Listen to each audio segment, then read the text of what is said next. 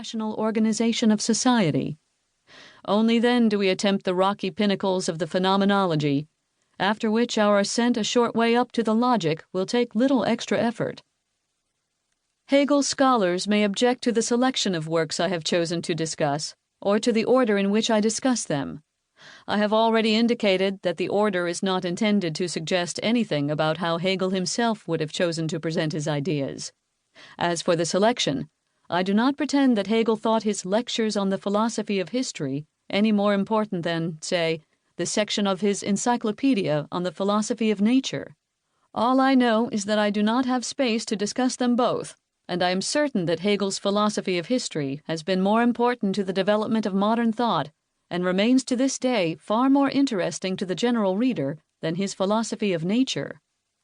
Don't be misled by the title. Hegel's philosophy of nature does not contain his musings upon the value and beauty of forests and mountains. It is Hegel's attempt to show how the findings of the natural sciences, physics, chemistry, biology, etc., conform to his logical categories. Much of what Hegel said has since been rendered obsolete. For example, his view that nature cannot develop is falsified by our knowledge of evolution. My selection has therefore been influenced by three separate factors: what is central to Hegel's thought, what can be rendered intelligible to the general reader within the length of this volume, and what remains interesting and important to people today. Chapter 1: Hegel's Times and Life. Hegel's Times. Georg Wilhelm Friedrich Hegel was born in Stuttgart in 1770.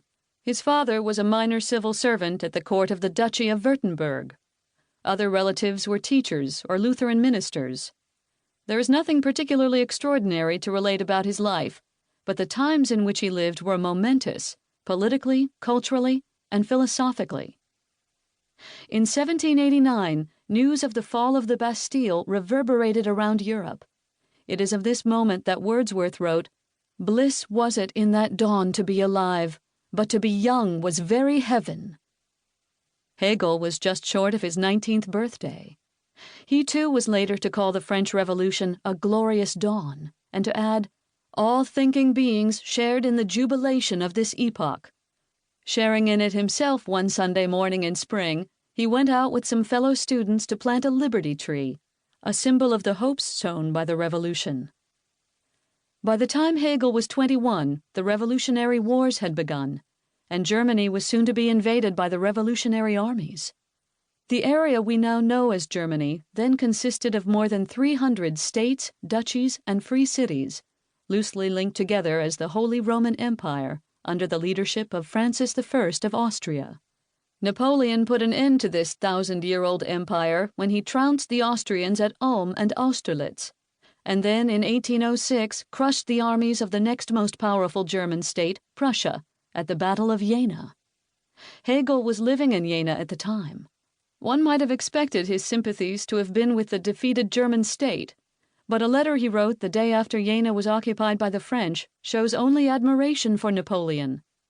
"The Emperor, this world's soul, I saw riding through the city to review his troops.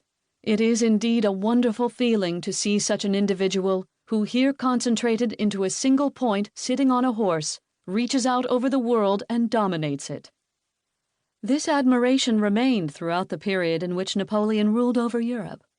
And when, in 1814, Napoleon was defeated, Hegel referred to this as a tragic thing, the spectacle of an immense genius destroyed by mediocrity.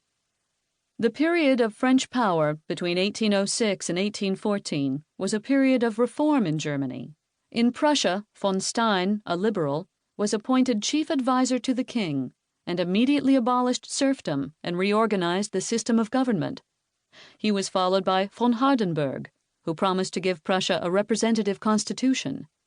But after Napoleon's defeat, these hopes were dashed.